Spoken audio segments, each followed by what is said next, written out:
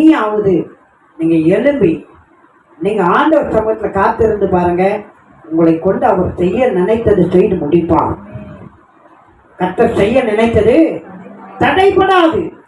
உங்களை கொண்டு ஆண்டவர் என்ன செய்ய வேண்டும் என்று திட்டமிட்டு இருக்கிறாரோ, பிளான் பண்ணி இருக்கிறாரோ, தீர்மானம் பண்ணி இருக்கிறாரோ, அதை நிச்சயம் செய்வார். அதை யாராலும் தடை செய்ய முடியாது. நீங்க தான் தடை செய்யக்கூடாது. வெளியில இருக்கிற எத்தனை பேர் தடை செஞ்சாலும், பிசாசு தடை செஞ்சாலும், நீங்க கர்த்தரோடு இருந்தா, கர்த்தருக்கு அனுமதி கொடுத்துட்டே இருந்தா, அவர் செயல்பட நீங்க அனுமதி கொடுத்தீங்கன்னா அவர் உங்க வாழ்க்கையில செய்ய நினைத்தது தடைபடாது. நல்லா கையை தட்டி இருக்கணுமே. அல்லேலூயா. தடைபடாதுங்க.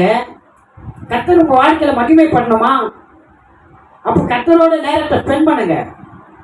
பிதாக்கு உங்க வாழ்க்கையில மகிமை பண்ணிட்டு இருக்கிறான் இல்ல? பிதாக்கு என்ன பண்றான்?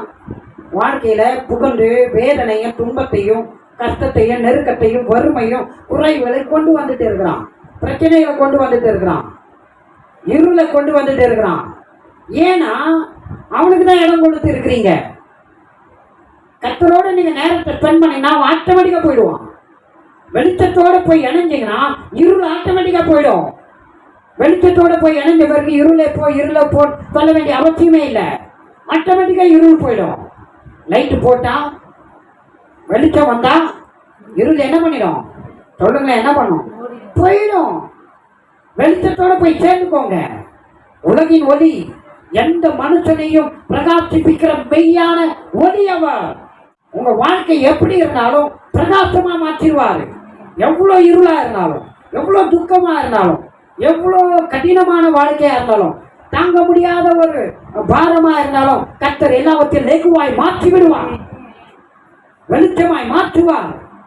துக்கமான வாழ்க்கையை சந்தோஷமாய் மாற்றுவார். அவரை சார்ந்து கொள்ளுங்கள். அவரை தேடுங்கள். அப்போது கண்டடைவீர்கள். அல்லேலூயா.